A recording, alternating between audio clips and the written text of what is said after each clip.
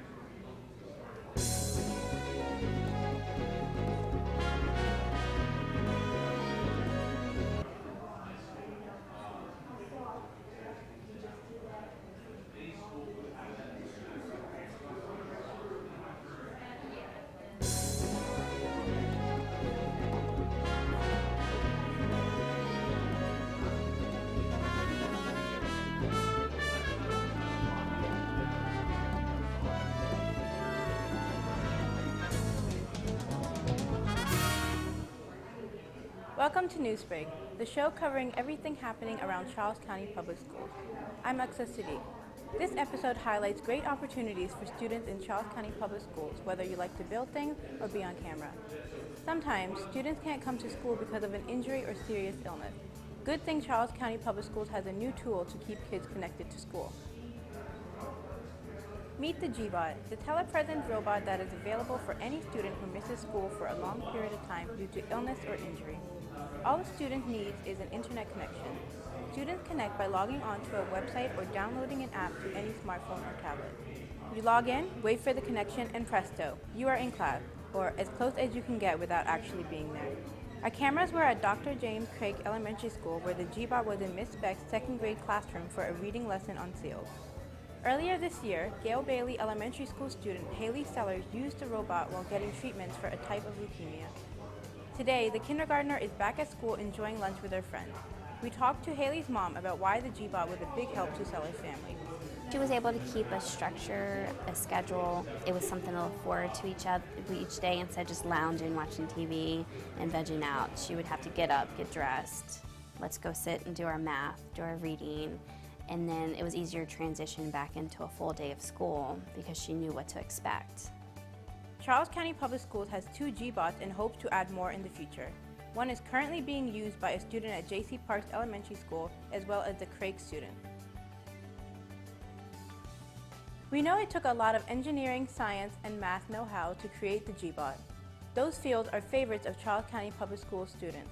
They are so popular, students from the elementary, middle, and high school levels gather at North Point High School for 2 days for the Mathematics, Science, and Engineering Achievement Competition. You know it as MESA. This year's MESA contest was held in the Convocation Center at North Point on March 30th and 31st. Among the most popular are the Basewood Bridge competition, which tests how much weight a bridge can withstand. Most of the time, each group's turn ends with a snap. Another favorite is the prosthetic arm challenge. Students design a synthetic limb that can perform the functionality of a human arm. Other competitions include effective communication, Python, and the aggressively titled Battle Ball Robot. One of the trickiest competitions is the hovercraft, unless you are a member of the Milton M. Summers Middle School team. A lot of hard work and trial and error went into making this run look easy. We asked members of some of the teams about why working on a MESA project is different from doing an assigned school project. It's not just something you know in school, it's something you have to learn and you have to really dig into to actually understand and get an idea of what you're supposed to do. We don't really have a huge criteria. All the criteria was at 34 by 15 by 7, and we had to have that metal plate. A lot of our classes are more the teacher guides us a lot and tells us what to do. In MESA, they more give us the reins and let us do whatever we feel is the best option. To see how your school's MESA team did at the competition, visit the press releases section of ccboe.com. You can find the information you want and stay up to date on the latest school system news. Students, how would you like to sit in this chair and read the news? The Charles County Public Schools Communications Office will hold auditions for students interested in being a Newsbreak anchor for the next school year. It is the perfect opportunity for someone who enjoys performing, public speaking, or has an interest in broadcast journalism. Only rising juniors and seniors in good academic standing are eligible to audition at the dates listed on the screen.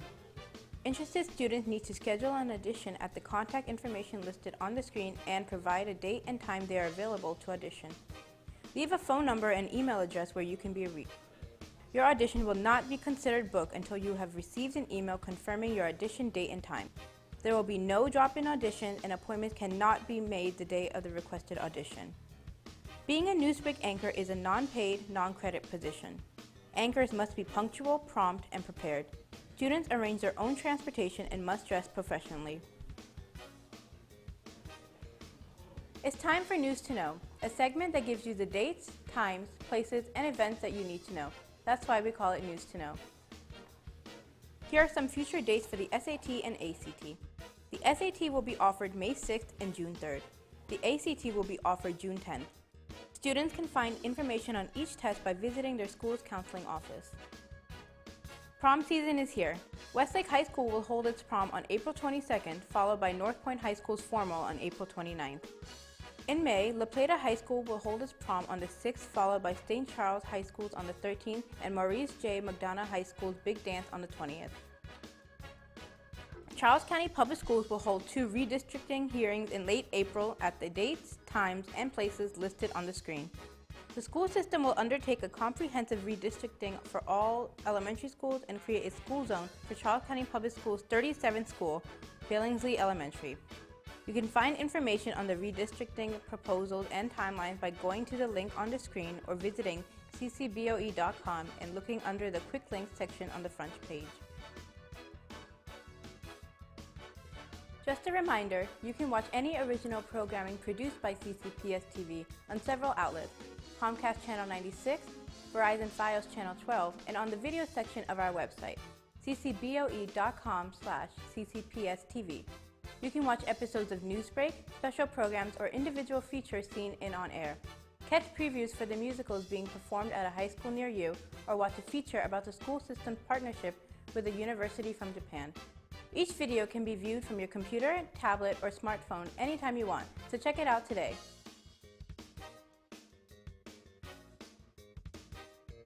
That will do it for this edition of Newsbreak.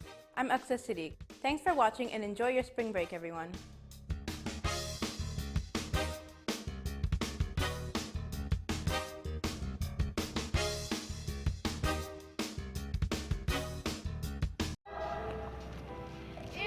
Marvelous memory if you in the spelling bee.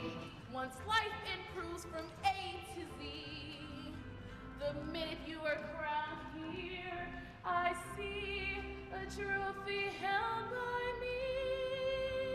The 25th annual Putnam County Spelling Bee is about 6 quirky middle school students who are a part of this bee, and they each have different motives, different things about them, different traits.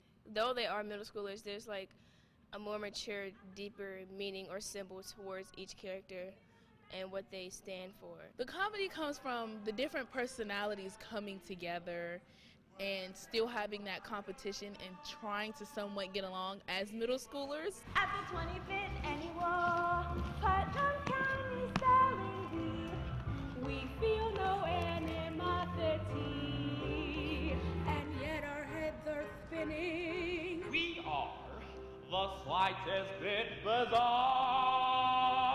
But since the time is now, holy cow, we shall make a solemn vow to concentrate on winning. We concentrate on winning. The audience will love the show. It's very funny. It will keep you on the floor laughing. It has some emotional parts, some ethos, and it's really a good show. It's perfect for a family event, perfect for a family to come together and see an amazing show. 25th annual. 25th annual Putnam County Spelling Bee.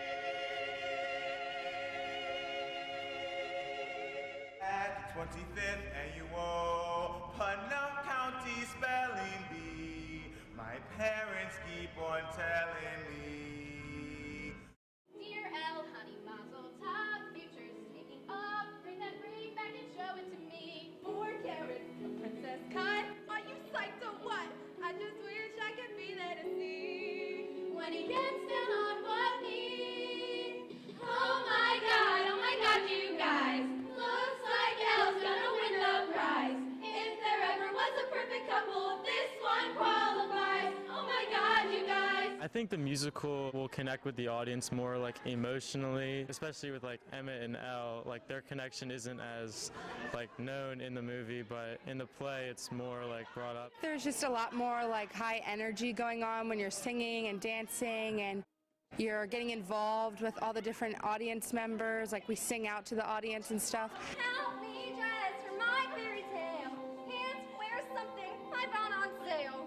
Love is like forever, this is no time to economize. Oh my God, you guys. Oh my God! I feel like a lot of teenagers, when they come, I feel like it'll be very funny and they might be able to relate. The audience will be able to relate to Elle a lot because she breaks stereotypes with like your stereotypical blonde, like she's not always going to be stupid. I think like an important message or moral from this story is to kind of know your own worth. Oh my God, you guys. This one's perfect, and it's just nice. Let's go home before someone cries. If there ever was a perfect couple, this one qualifies. Come see Legally Blonde at La Playa High School for love, comedy, murder, and dogs. Oh my God, come see it! Oh my God, you guys. Looks like Elle's gonna win the prize. If there ever was a perfect couple, this one qualifies. Oh my God, you guys.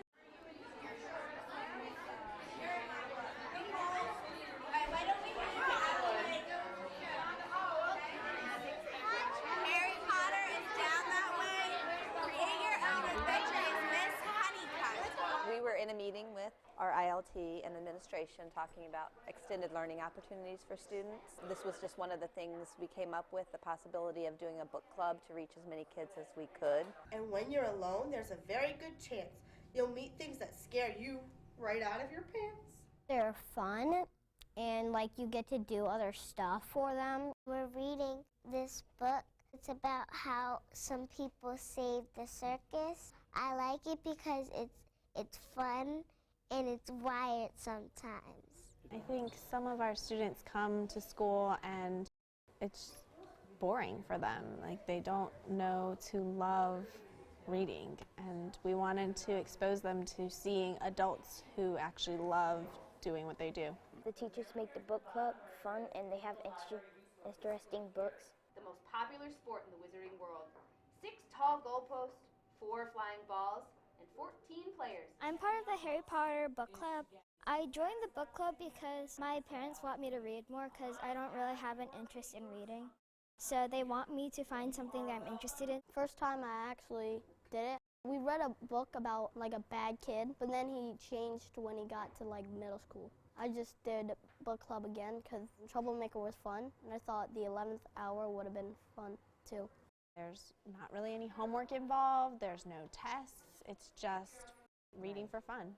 You're comfortable and relaxed, and you don't have to worry about if you get a bad grade or not. In class, we would have to read the whole book, but we could just read chapter 3 to 4, and then we'll talk about chapter 3 and 4. For the teachers, it's really low prep because they're sharing books that they love.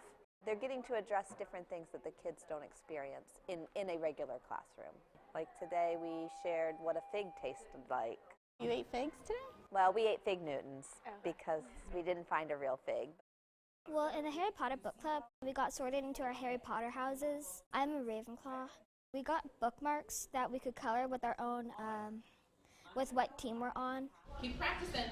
Up, catch, catch. We have like bags of rice, and we have spoons. So we get 2 balloons. We have this funnel. We take the spoon of rice, and then we put it into our balloons to juggle. Keep practicing. You're going to get it. So we had 68 students during our first round of book clubs, and our second round we have 117 students. I think it was a bonus that the last day of book clubs was the last day Mad Science made cotton candy, and they walked out of book club holding cotton candy, and all the kids are like, "Where'd you get that?" And they were like, "We were in book clubs." So that sold it for us, I think. Chapter 2, I play dodgeball with cannibals. What's a cannibal? Every club this time around is over capacity. And instead of turning kids away, we just asked the teachers to add more students so that everyone could enjoy it. I'm glad at my school did book club. It's very fun because we get to do all these activities. It's really fun getting to meet new people, making new friends. It can teach you stuff and inspire you.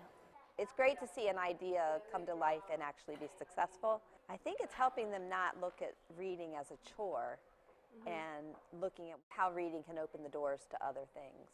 And the hope is that then they'll leave and maybe go, come to the library and pick another book by that author or another book in that genre and continue. They'll find the joy in that. Let's go on to the next page. There have been a lot of good players who have practiced in this gym. Most have earned accolades both regionally and nationally. That prestige was the reason Jalen Gibbs came to North Point High School to play basketball for the Eagles. It's an honor playing after him, man. I just try to do the best I can to not beat their numbers, but show that I can be on their level. We've had some good players come through here. For him to do what he's done is just unbelievable, unimaginable. What Jalen did in his senior year was average 30 points a game, ranked second in the DMV area.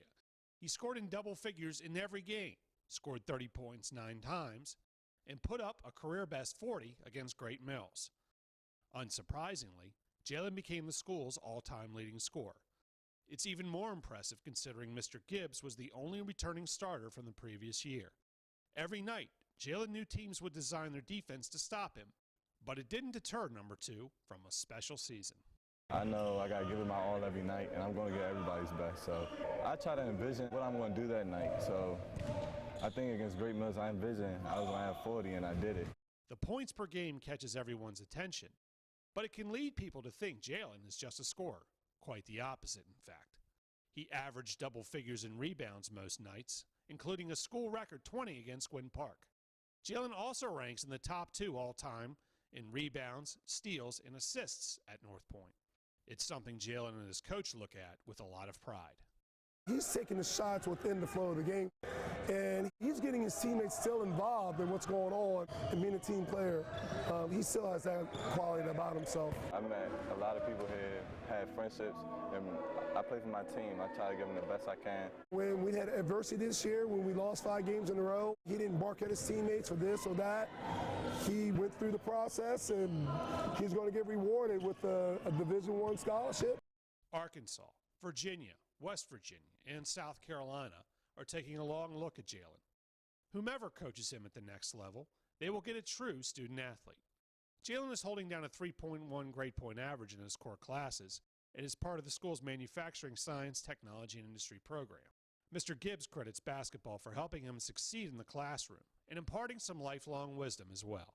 I think basketball taught me how to become a man when difficult situations come our way, how to get past them. Just keep going at it. Even when you're playing bad, just keep going at it. 4 years ago, Jalen Gibbs walked into this gym as a skinny freshman. He leaves as North Point's all-time scoring leader. One day, some other skinny freshman might try out for the team and is not sure how good he can be. It's at that time head coach Jimmy Ball will tell him, put in the work, and you can be just as good as Jalen Gibbs. It will be someone I always will talk about, making that extra effort, not thinking that grass is greener on the other side, that, hey, we got something really good here. It means a lot to me. It's a great place to be, and the games are very intense and exciting, so it's a great place.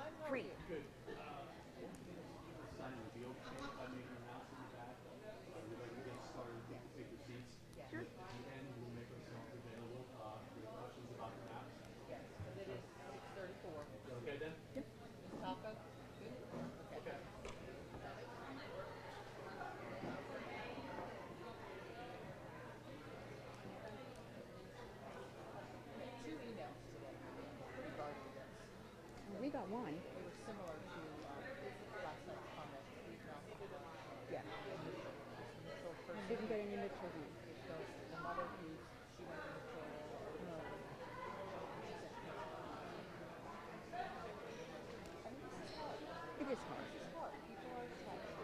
And that's really what we want. But, good job.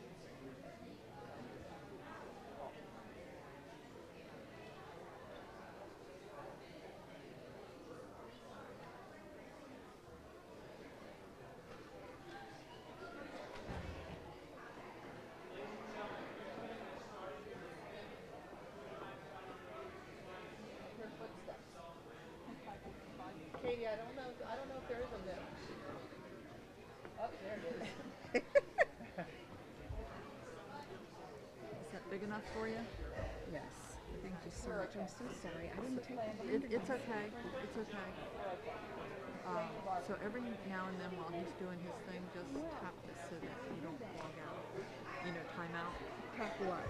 Just one of these arrows. Okay, like go up. And how do I move it up and down? Because I'm used to a mouse. Okay, so, well, this is the mouse that you want to do, but here you can just put it right here, and you just go one back and forth to just keep it up.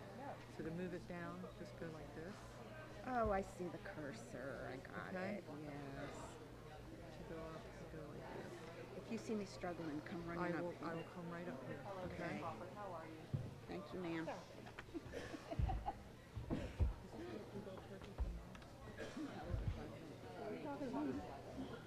I came over there Friday. I saw you talking about that. But I didn't see anything. I didn't even first morning. So I went Saturday morning at my mom's. Other day, walking up there, coming up my driveway.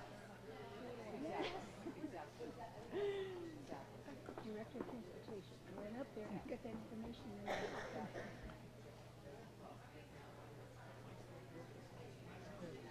Easy. Any suggestions would be welcome. Overhead lights on that last seats, those they bottom roll, but turn those off, we'll turn it back on at the end, so people can see the maps. No, I'm fine. Are these lights on though? Oh, okay. That's fine. We're fine. You okay? Yeah. Are you okay? With us okay? With the lights? I didn't even hear what he said. The lighting? Yes. At least it's not that projector right in my eyeballs.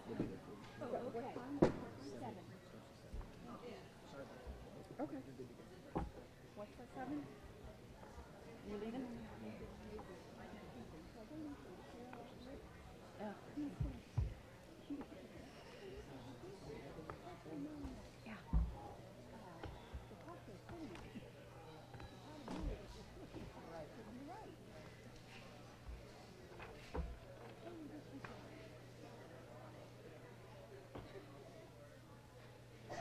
Am I supposed to do something?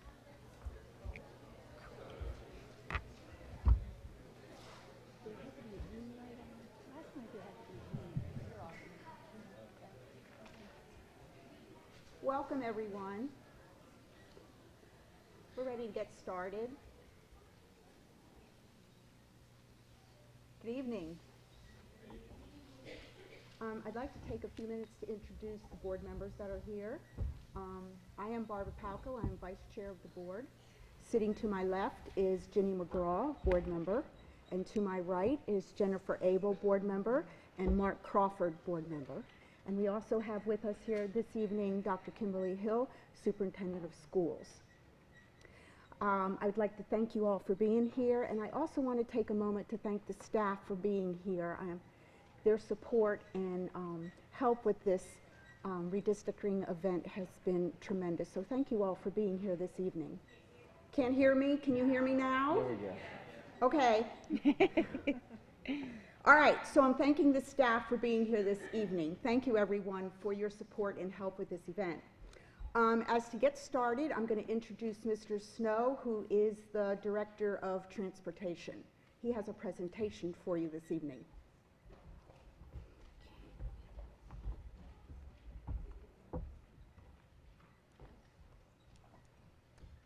Good evening.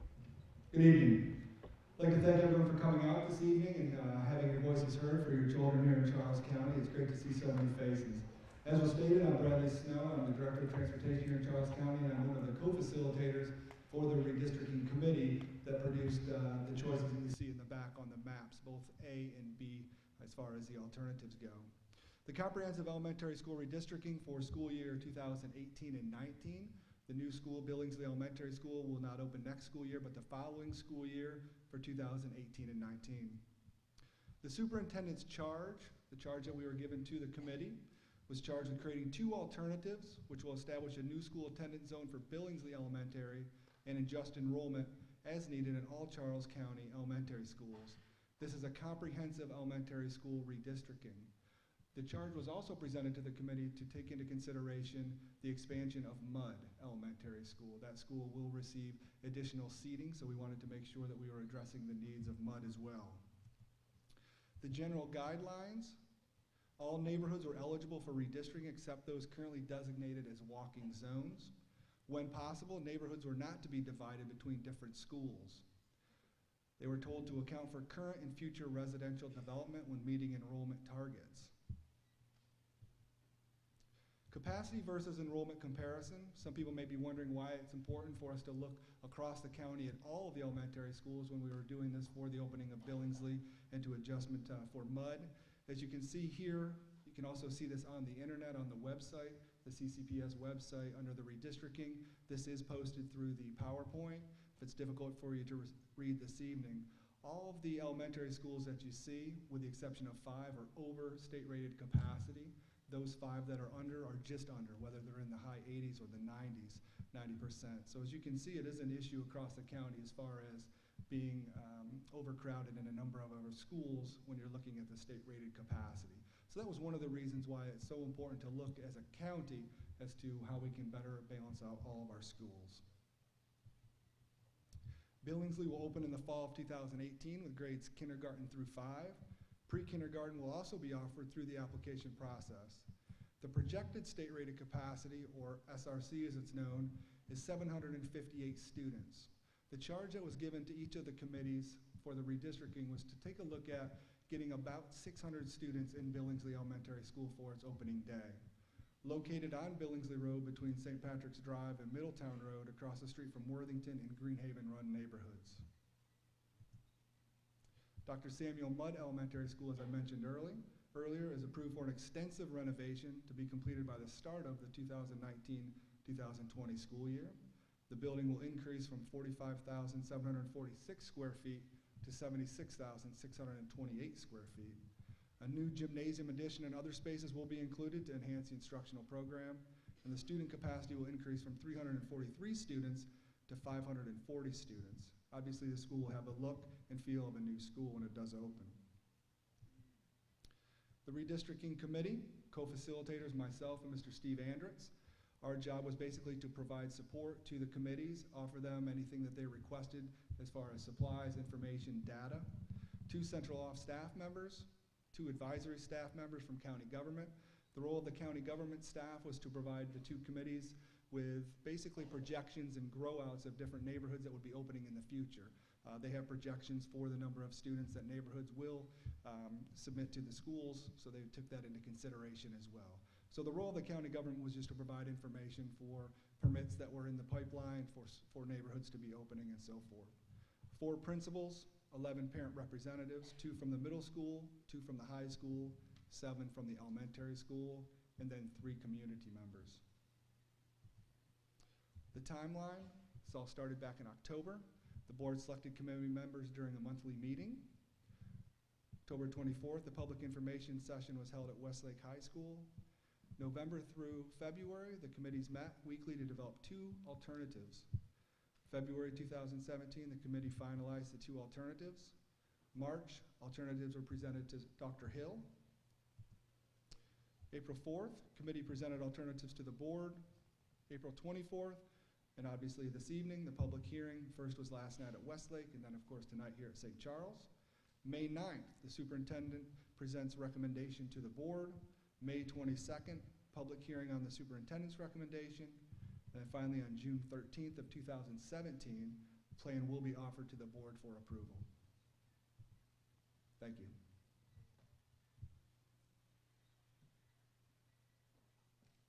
Welcome to the second of 2 redistricting public hearings.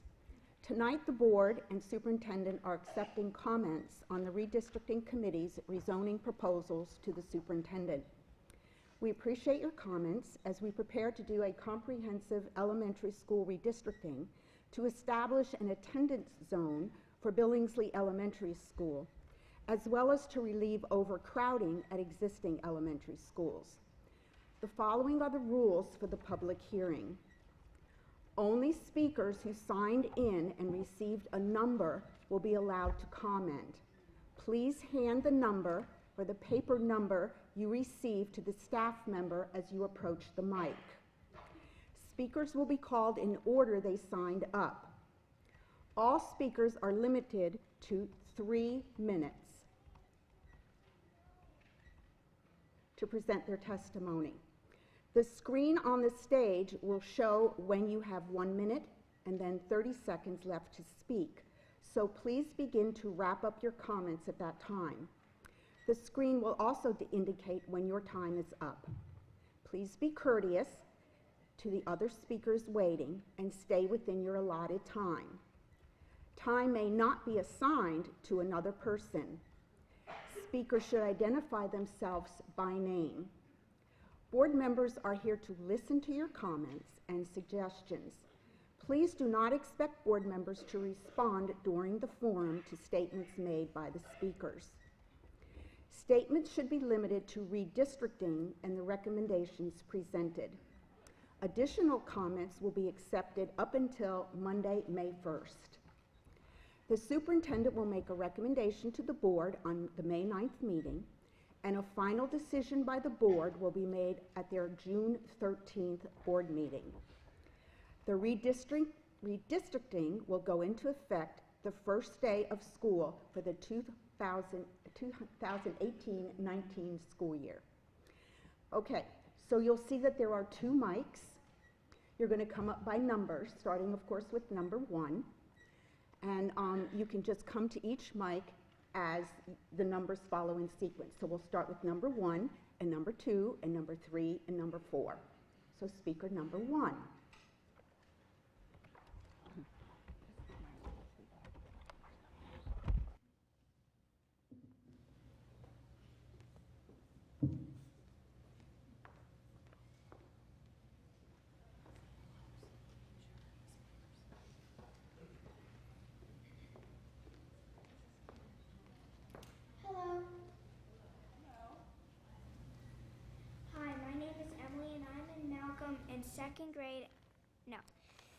Hi, my name is Emily, and I am in 2nd grade at Malcolm. I do not want to move from my school because it is scary. I know Miss Walden is in 3rd grade, I know Miss Elrod is in 4th, and I know Miss Dutton is in 5th. If you change my school, you take that away from me. I do not want to leave my Malcolm friends. Malcolm does not live in a neighborhood like Waldorf.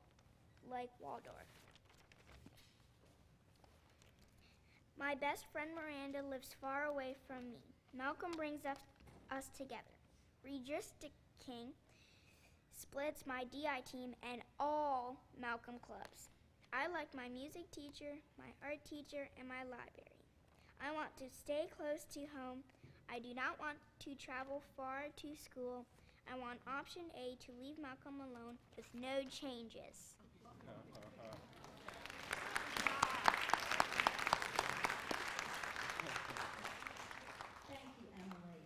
Really appreciate your comment. Do you want my speech? Yes. Ask the speakers to go ahead and line up at the mics. Speakers, if you will go ahead and line up, we should have number 2 at a mic and 3 and 4 waiting behind someone else. Thank you. Hi, my name is Jamie Lynn Hansen. I live in neighborhood of Ellenwood. My kids go to Mitchell Elementary. And much like this cutie pie, they aren't just numbers. They are children with feelings and are terrified of being ripped from their school. My daughter will be in 4th grade when this plan takes effect. My niece will be in 5th, and my son will be in 1st. And the plans all look wonderful and they look great, but if this goes forward, I'd like you guys to be the ones to explain to my children why they're being ripped from their school and everything they know. It's proven that children do better with consistency, routine. They know what they're getting into. They know their teachers. They know their friends. They know their principals. My husband and I, our children are part of the school community. That means a lot to us. We moved to that neighborhood specifically so that my children could attend Mitchell, then go to Summers, and then go forward to La Plata. I didn't spend that much money on a house for my child, to the choice for where my child goes to school to be ripped from me. And that's what is basically happening. And when we talk about option A and option B, under your plans, I don't have an option. Either way, my kids are ripped from their school. I would have loved to have brought my daughter tonight so you could see how cute she is and how terrified, she probably would have cried, but she was doing her homework. So, just like you to take that into consideration, these are children, they're not numbers. They're not numbers.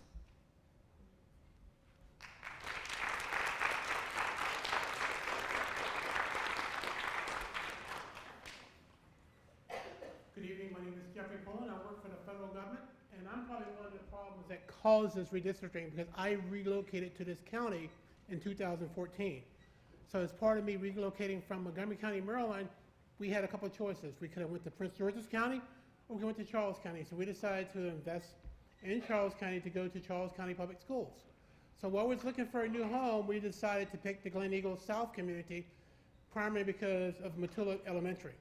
So like a lot of parents who recently in the last 5 years who bought a home, one of the reasons we bought a home was to be near the school that we wanted our kids to go to. So in 2014, we settled on a house in Glen Eagles, and our kids are attending Metula. My concern is option A and option B are basically off the table. If somebody relocated or somebody made a purchasing decision back in the last 5 to 10 years based upon their family, they still should have the option to continue their school where they basically live at.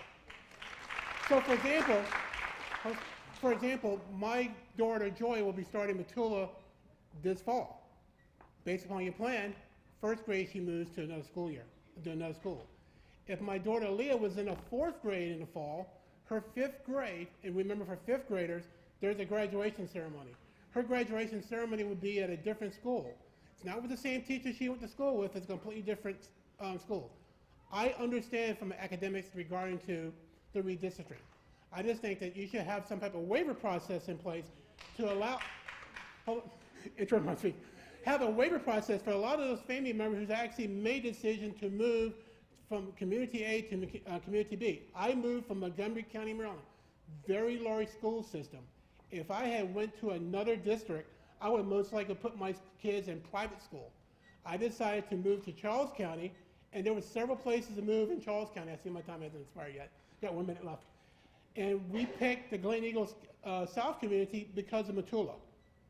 And I'm paying a nice tax dollars to fund, the expansion, all the schools that you're expanding in. So I guess my recommendation is if a family member has actually started their kids in the school system at, say, Metula, Brown, whatever, let them finish out in the elementary and deal with what your core challenge is, redistricting to handle Billingsley. Right now, you're dealing with Billingsley plus everybody else. I think you should focus on the Billingsley, and if someone starts this, at Metula, Brown, Mitchell, whatever, in the elementary years, let them finish at that school. Thank you.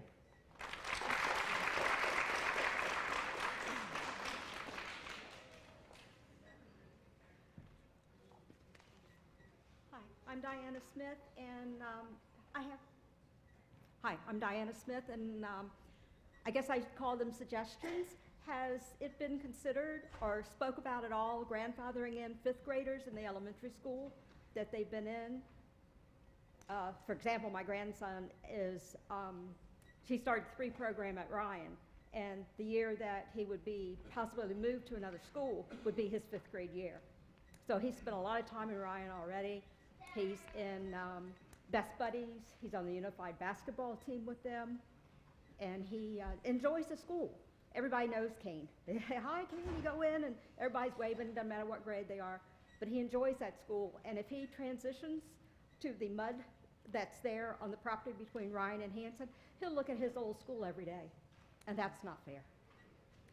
So I want to ask whether or not grandfathering can be addressed at some point. If I need, I can send email in with questions. And then I also, about the Title I schools, has it been discussed that some schools may change their status, and the teachers required for Title I schools may be different as the demographics change in this county and change in the schools? Then how has that been addressed? I know I'm saying questions, but I think it should be addressed, the demographic changes in the elementary schools based on these plans. Say, will one school go from being 50% Hispanic to 80 or 90% Hispanic, which is what is actually possibly going to happen out in the Anne Arundel County, because they're doing redistricting also on the Annapolis Peninsula. So I would just like to know about the demographic changes. I did print up what is on the website currently. So my grandchildren are Ryan students, 2 of them. So I would like to know about Martin, Malcolm, and Mudd, but I'm sure everybody else would like to know it for their schools also, or potential schools their children may be going to. And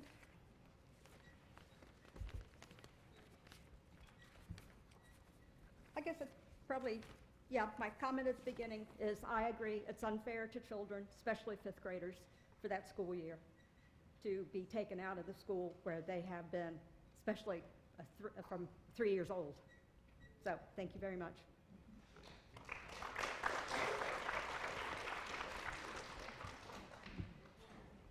We're up to number 5. 6. 7, you can probably also come up to the other mic.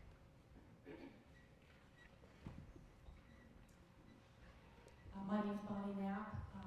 My comment tonight would be, we live in the Clark's Run neighborhood. We've been there for almost 6 years. We did specifically move there from Calvert County to take advantage of Mitchell Elementary. The problem that I have with redistricting is I have a child who's in 3rd grade now, and she will be going into 5th grade. That's really my only concern, is that she will have started out there from kindergarten through 4th. She's established friendships. She's in the K-Kids.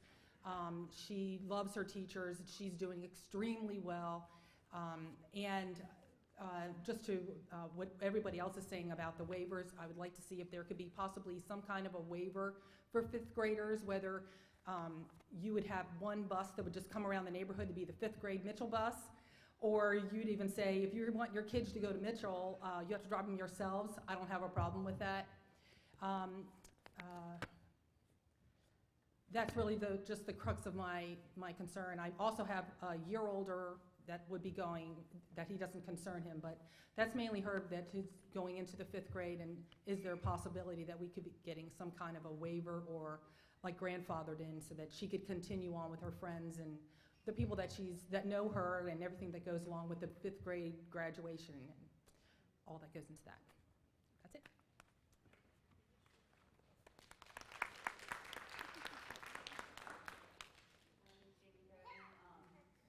Attends Mitchell, but all my kids will be in the school when the redistricting takes effect. And my also concern was, I purchased my house also so my kids could go to Mitchell.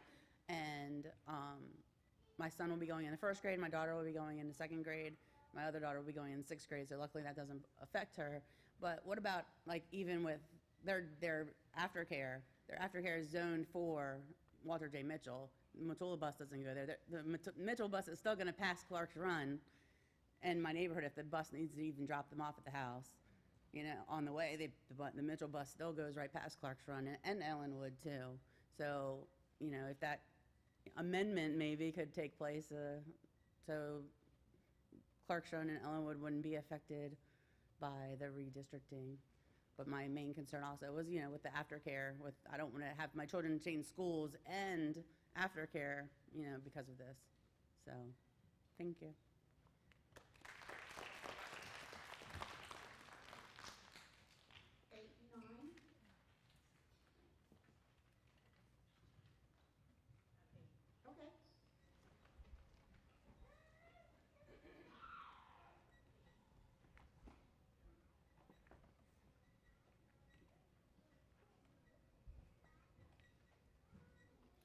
My name's Floria Mathis. I noticed from the PowerPoint that you had middle school persons on the committee, but it looks like in 2 years you're going to be doing this again for middle school, which will be right back with the same complaints and the same questions. So while you're evening out the elementary schools, I haven't heard anything about what's happening with the middle schools. I also have a concern about Title I as well. Now, someone told me this evening that the school, one of the alternatives to school that my grandchild will be going to, will never be a Title I school. I don't know how anybody can tell me that, because if the numbers say that your students, based on what they have, makes the school eligible for Title I, then I expect the school to become a Title I school. That's it.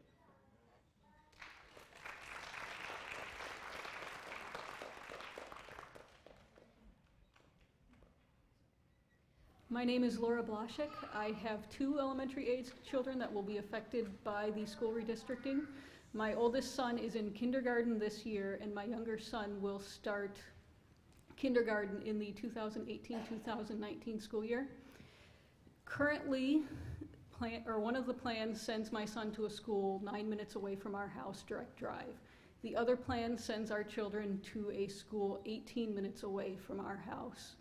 What I would like to see is a comparison for the travel times for everyone across the county under both plans, because if I am going to be asked to send my children to a school that's twice as far away to get to, I would like to know that other families are going to have either lower travel times or be in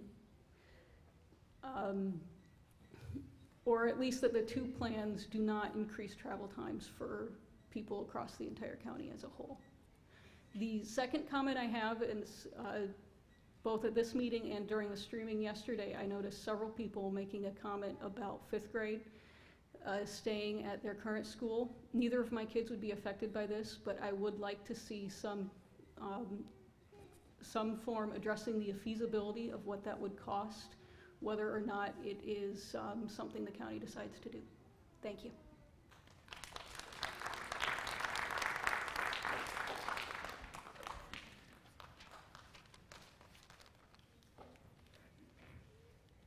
Hi, my name is Kathleen Maitel.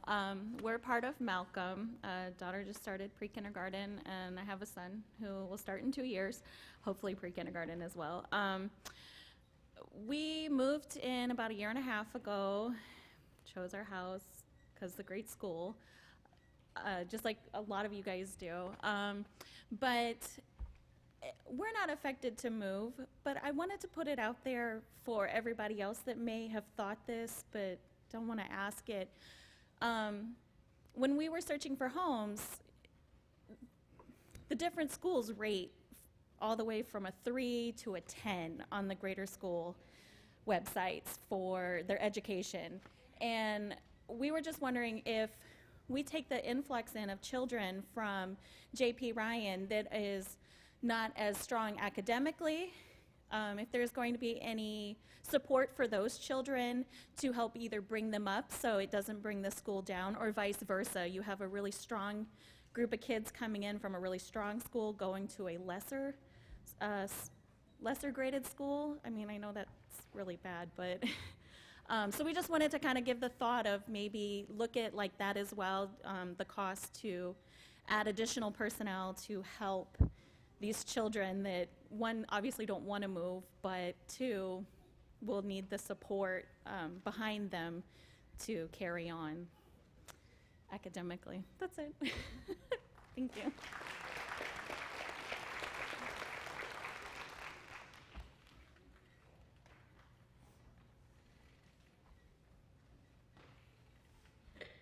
Good evening, Dr. Hill. Thank you, board members. Thank you, Mr. Snow. Thank you for coming out. Concerned parents, thank you very much. The only comment and concern, my name is Joseph Zoples. We have 3 children currently at T.C. Martin, 1 that will be moving on to middle school and 2 that will remain. Our biggest concern for this and across all of the county would be the bus driving situation and the time that students are spending on the bus.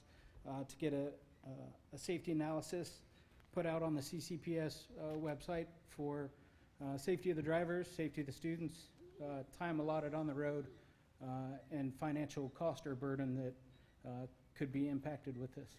So thank you very much for your time.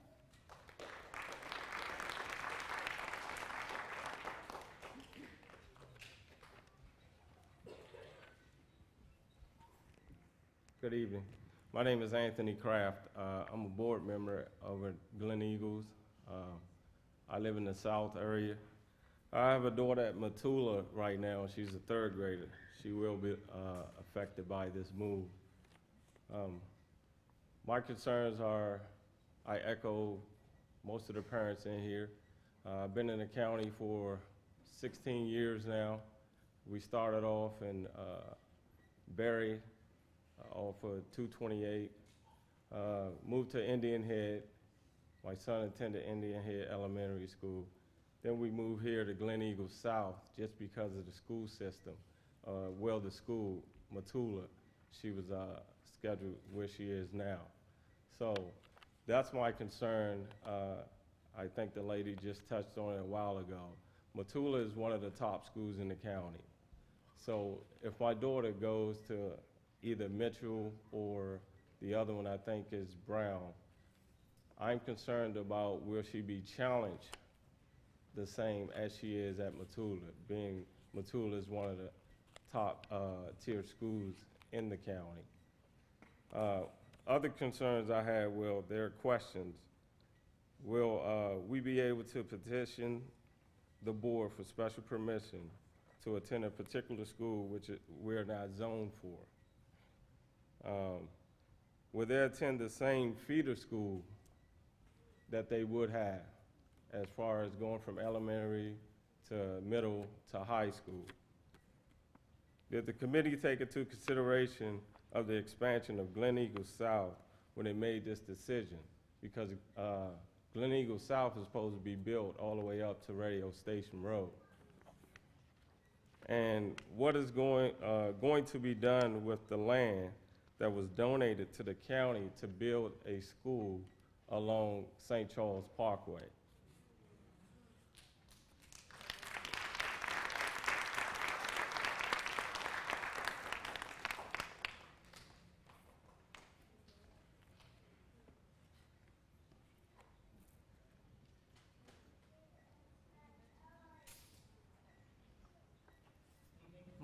My name is Kirby Bloss. I am a resident of Steeplechase subdivision in La Plata off of Catalpa Drive. My wife and I and young son, he will be school age. Oh, I'm sorry. I apologize. In a couple years, when the redistricting potentially will occur from Mitchell Elementary, my son would be either staying at Mitchell under Alternative A or going to Crake under Alternative B. And currently, my family enjoys the ability to not only live in La Plata, but also work in La Plata, and also have our son attending daycare in La Plata. So we enjoy a rare opportunity where we are able to drive to all of those places together in the morning as a family. And when my wife and I originally purchased our home in La Plata, in the Steeplechase subdivision, it was with the specific understanding that when we did start a family, that we would be able to enjoy that as he went throughout his elementary school career. So if redistricting does have to occur, my wife and I, for our young son, would be highly in favor of Alternative A. And I appreciate your time this evening to come and speak. Thank you.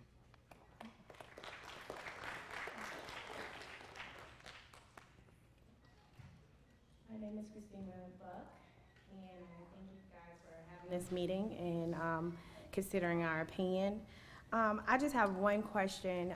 Whatever you decide, I just want a heads up so I can prepare a place for, because we were actually going to close on a house and we decided to stay in our district because it wasn't changing. And after I signed my lease, that's when the paperwork came out 3 weeks later. And so I just want a heads up so I can make a decision for my family what we need to do next. So that's my thing. Okay.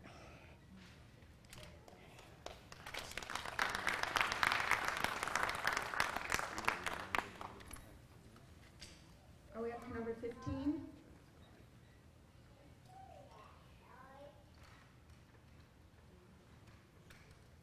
Going once.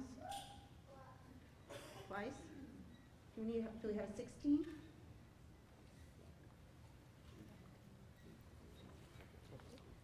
My name is Tazana Gardner, and I live in the Wexford Village neighborhood. Currently, my daughter, she just started kindergarten. She goes to Jennifer Elementary School. My concern is, I moved to this area for a promotion for my job. Back in 2011, I was pregnant with her. So, bought the house in June of 2011. Of course, I work on Andrews Air Force Base, so she went to daycare on Andrews. And then I eventually moved her out, and she kind of went around various places in Waldorf. So when I was excited that she was going to go to Jennifer Elementary School, because it's like right down the street from my home. But now she's going to be zoned to Berry, so basically I will have to pass Jennifer every day to take her to before and after care at Berry Elementary School. And then I'm a product of a military family. My dad's retired Navy, so I've done the whole moving around every so many years. You make friends and then you have to move. So my concern is I wanted a stable environment where she goes to school with her friends from elementary through high school. But with this, right now you're doing elementary school, who knows what's gonna happen next? Like someone said earlier, this may come about when it's middle school time because they keep building this area on this side. So you're gonna build a school to accommodate the residents in this neighborhood. So that's all I have to say, thank you.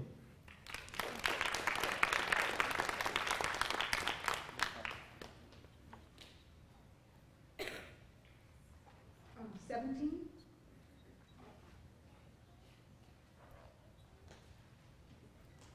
Someone's counting over there.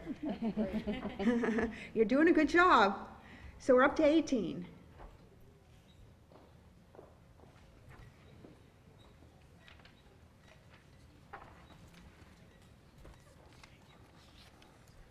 Good evening, everybody. I just have two suggestions. The first one for me is... Can you tell us who you are? Oh, sorry, I'm Bola Ojo, and I live in the Fieldside neighborhood. So my son goes to Matula. I think my main concern is, I mean, it's not gonna impact him, but I'm just thinking about the other kids.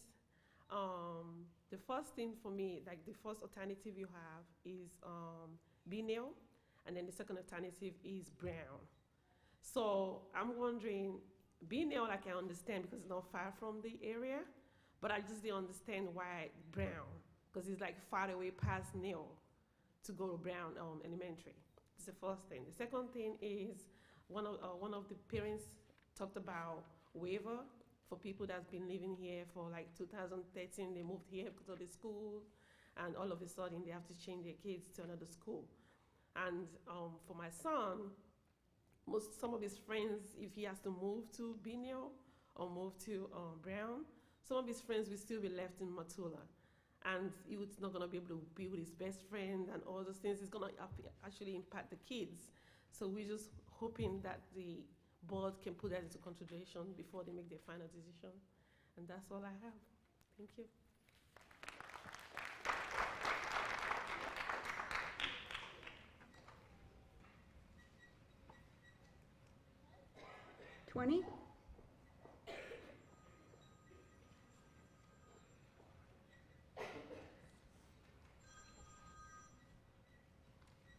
Good evening. My name is Rachel Smith-Donald, and I'm here as a resident of Fieldside neighborhood.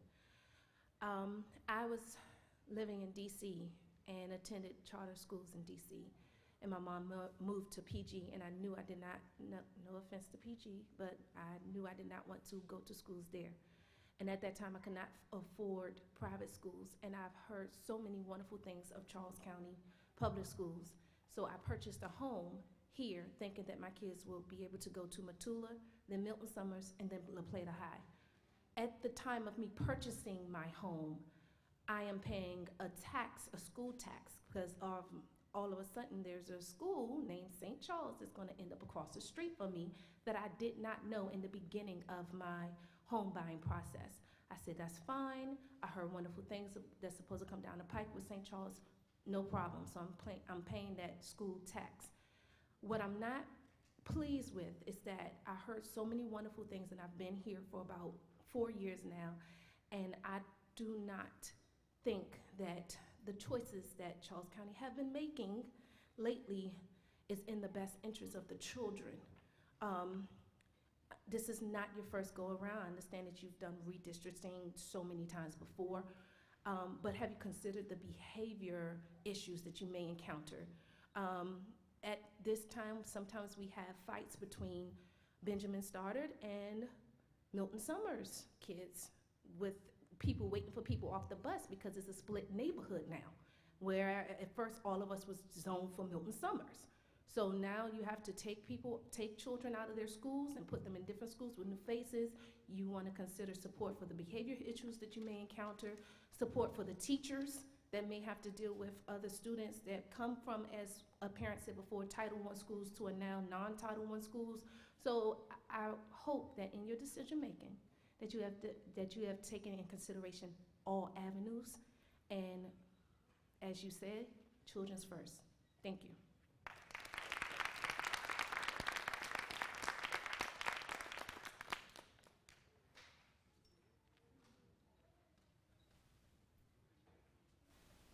We have 21?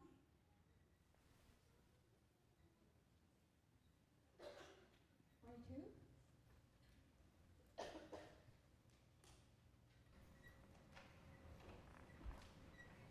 23? Do we have anybody else who's going to speak? What number are you? 24. Okay, 24. Oh, 23 is coming.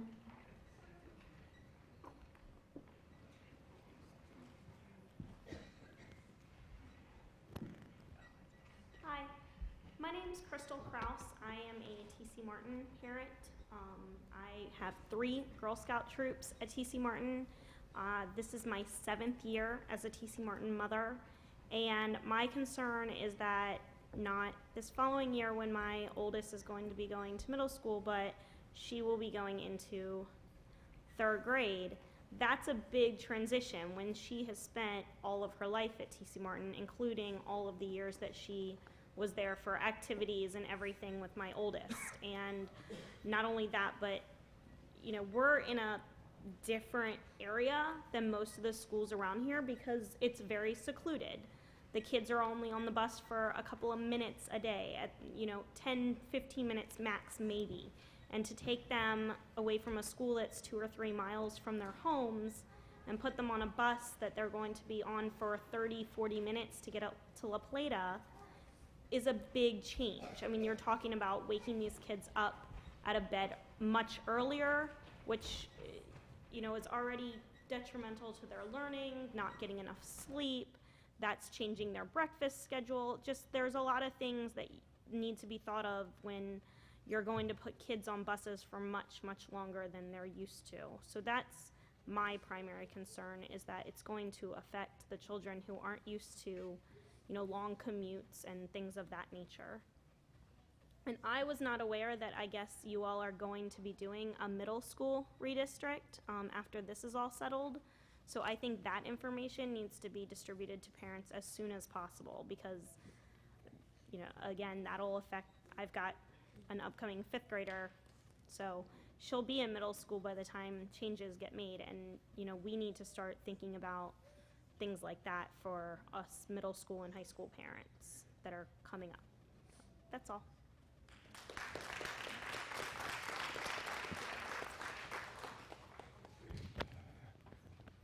Hello to everyone, Superintendent Hill and board members.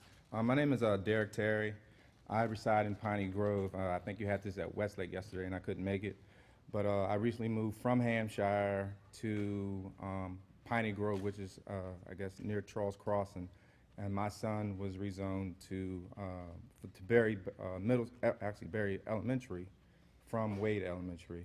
And my daughter, fortunately, she was able to remain at Westlake. So I have no idea how this is going to affect, well, this is really not going to affect my son from an elementary standpoint, but I know that it's going to affect him middle school some way, somehow, because I knew that this was coming up. So I do understand that redistricting is gonna happen. You know, I only can say that because I'm a teacher. I'm not here, but I'm a teacher and I know it goes on.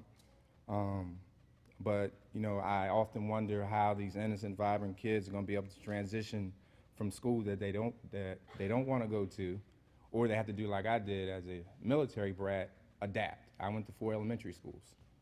And so what you're asking them is to leave home to go to an unknown. This would definitely be taxing to the students as well as the families, the schools, and the communities. And you know, maybe somewhere down the road, the school system should adopt the community school concept versus the public school concept, so that you can truly give the community a choice, because your main tax base, whether you believe it or not, is Waldorf and White Plains, and our demands are simply not being addressed nor fiscally represented. So I'm more for expansion versus new. But I'm also reminded of the recent redistricting meeting for the high schools, where parents were very irate and just refused to, whatever it may be, to have their kids rezoned, but unfortunately it happened. So when we redistrict, we know we redistrict for a variety of different reasons.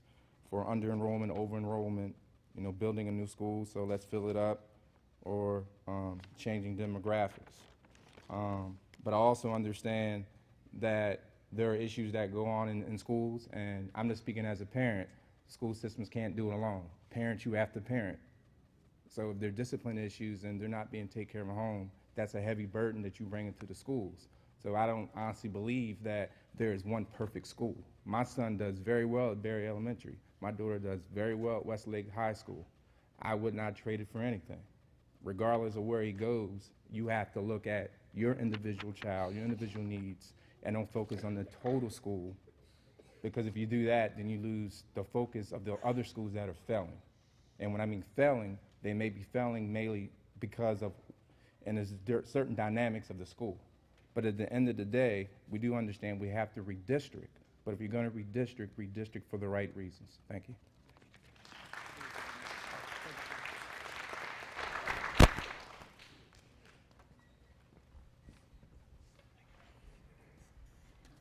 Good evening. Hello, my name is Toyin Adams, and I live in the Autumn Hills community. Both of my children one of my children currently attends Berry, and my other child will be attending Berry this coming school year. And I have a couple of concerns with the alternatives that we were given, because we have no alternatives. We have no choice.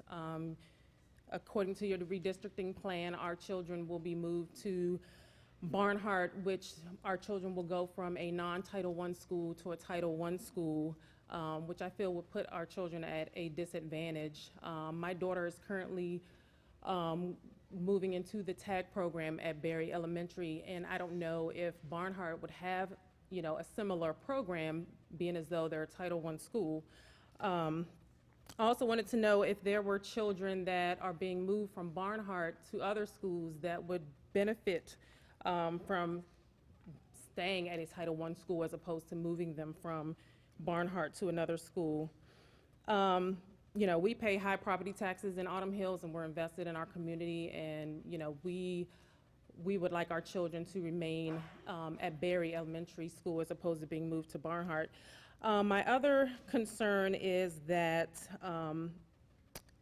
in the immediate area of Barnhart, there are several registered sex offenders, so our concern is safety and security. I know the last time that you all went through trying to redistrict Autumn Hills, you were not going to provide bus service, and our children would have to walk past several of the sex offenders that I've map-quested it, and their offenses were with elementary school age children, and that is a huge concern for me as a parent.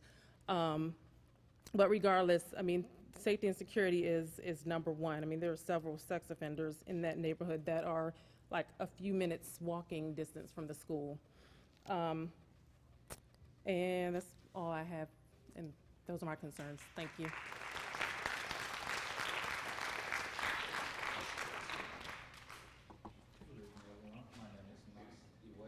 And I have kids who are in Barnhart School. Currently, one is in pre-K, one is in grade 1.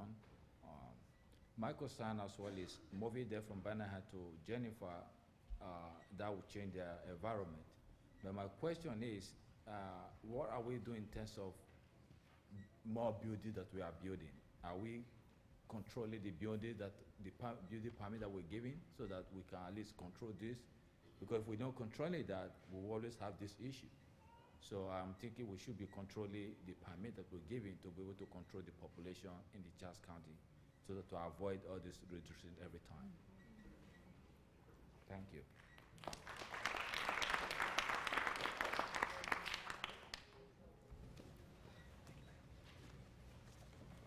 Good evening, Superintendent Hill and the board.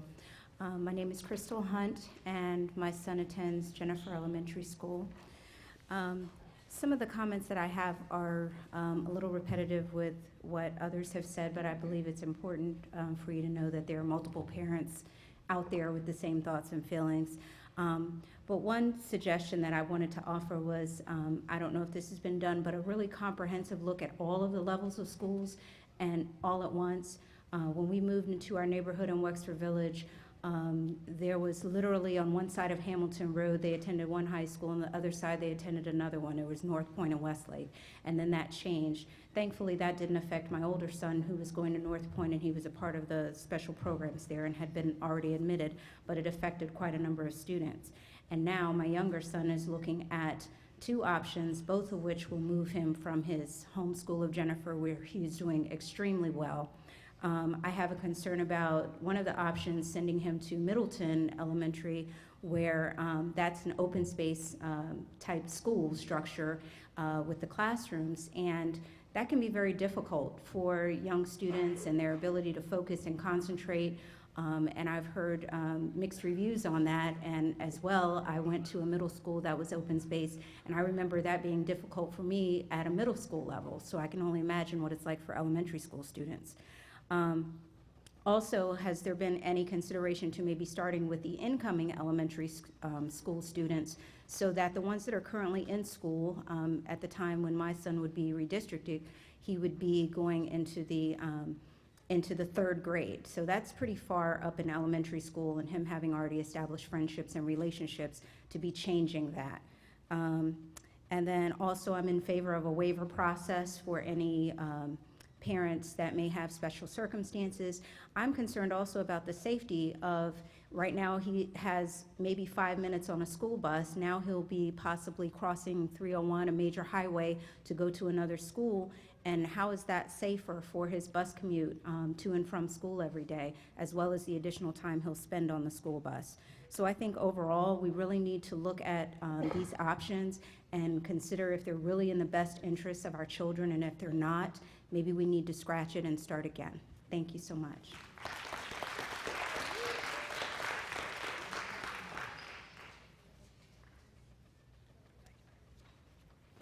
Hi, I'm Patrina Givens. I'm actually a little opposite to some people. I'm actually happy that you guys are changing the school. My son currently goes to Matula, and under Alternative A, which is what I'm asking for, he would be going to Neal, which makes the most sense because it's 2 minutes away from my house. So if you guys could consider that, that would be really great. For a number of reasons, because of the timing, the school starts and ends. I work in DC, my husband works in Bethesda, and it's difficult to find before and after care for my son to go to Matula and get picked up and things like that. And if you guys are changing middle schools, please think about that ahead of time, because I would like for this to be the last time that my son has to change. So thank you.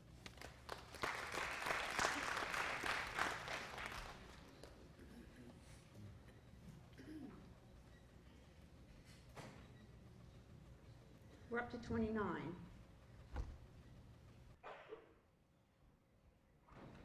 30. 40.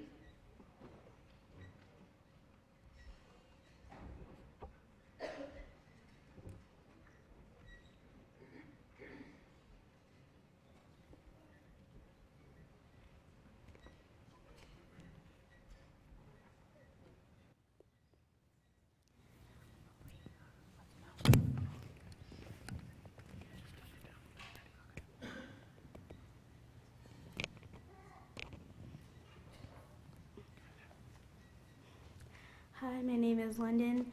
There's 3 of us. We each go to Craig, and it will be really hard changing to a new school.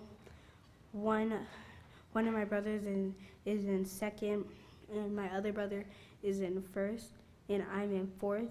And it will be really hard changing new schools, and it will be my last. It will be one more year until and going to a new school, and it will be really hard. Like,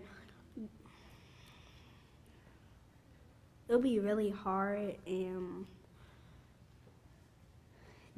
like really difficult to like learn the things that they're learning and like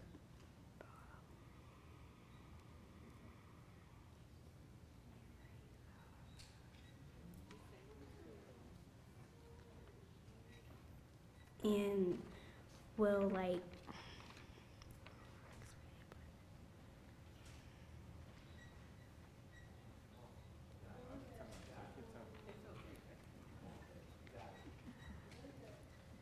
Just say it. like it will be really hard and like really sad and disappointing to all 3 of us. Thank you, and I'm done.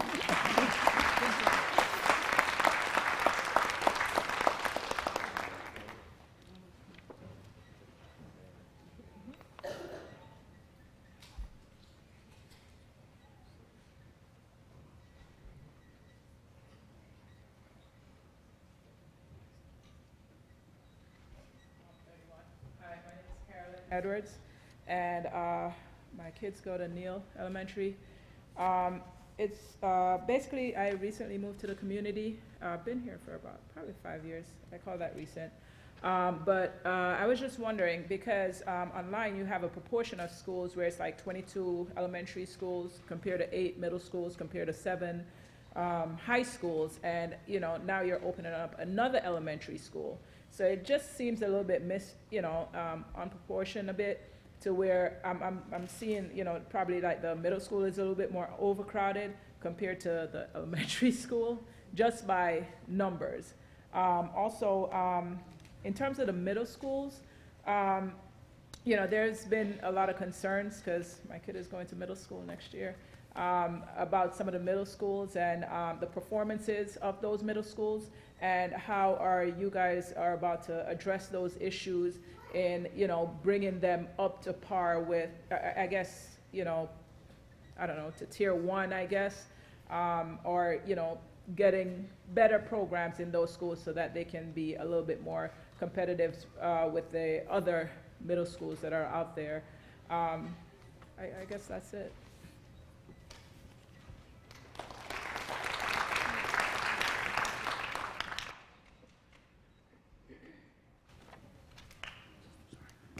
Hello, good evening. My name is Jacqueline Adu. I am newly to the Charles County area. I moved down here from Long Island, New York, and so my daughter attends Mary Matula Elementary School, and this year she is in the 4th grade, so with the elementary school changes, she will not be affected by it just yet. But as you listen to the young girl that came up here and spoke about how this change is being very difficult, I hope you guys keep in mind that, change is something that we all have to deal with and is a very inevitable thing, but that we test the change to see if one thing that we've done great in our county has actually worked. My daughter has been in private school prior to coming to Mary Matula, so it was very disheartening for me to hear that in her elementary school she had about 36 to 37 kids in one class, or 3 people in a seat on the school bus. So before we start shipping kids, as other people have said, 20 miles, or they're having longer bus trips, we have to affect and change the small issues that we're having right now in our county, instead of creating something new. For a new elementary school, that's a great idea, because as you can see, the county is growing and it's going to continue to grow. So as a district, we need to be able to accommodate what the growing population is going to look here. It's not going to slow down, it's going to keep growing.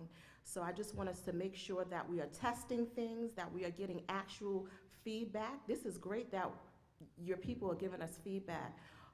What's not so great is that we can't hear the thoughts and the responses coming from you. But now you gotten the feedback, you can go back and analyze everything that you've heard from the people who are here today and really evaluate all the changes and the things that are going to be made in the upcoming 2017-2018 school year. Thank you.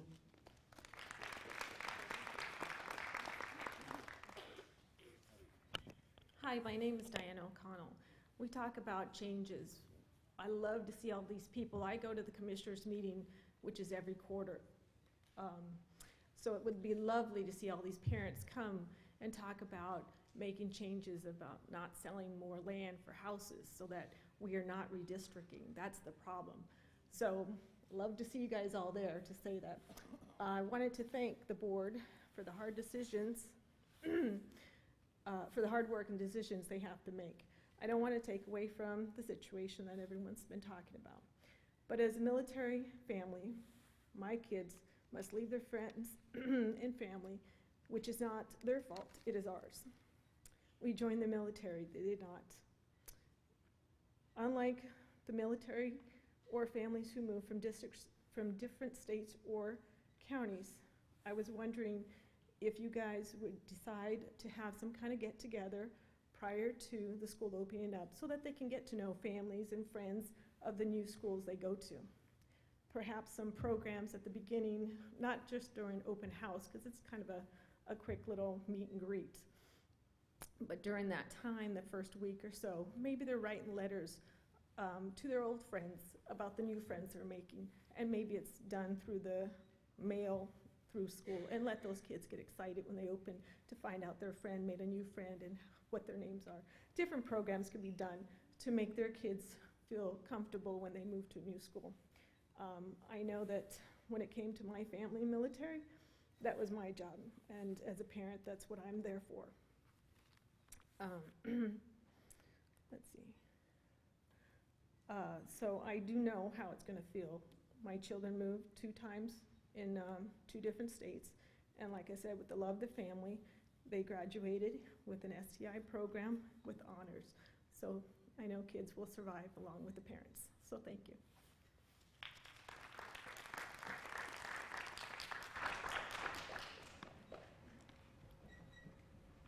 Hello, my name is Corinne Lee. London was my daughter that just spoke with the Minnie Mouse ears. I grew up in Catholic school, private school, so I initially started them in private school, and it got too affordable, and we were zoned for Craik Elementary. My youngest son, who is in the back in the 1st grade, is one of the best readers now since going to Craik, because they have a special reading program. And we are, with this new redistricting plan, we're scheduled to go to Billingsley. I don't want these resources to be lost. I don't know what tier the school is. It just seems as though we were just here. This is what's going to happen. No further information. What feeder school? I believe someone else said. What feeder school would they be going to if they attended Billingsley? Would it be the same? Their current feeder school is Milton Summers. And then also, what caliber of school would it be? Would it be a Title I?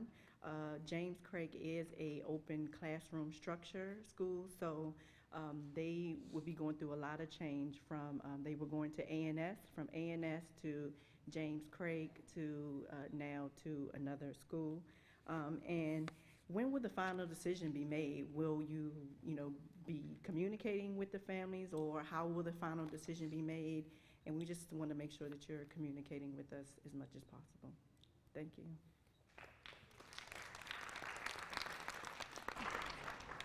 I believe that's our last speaker. Thank you.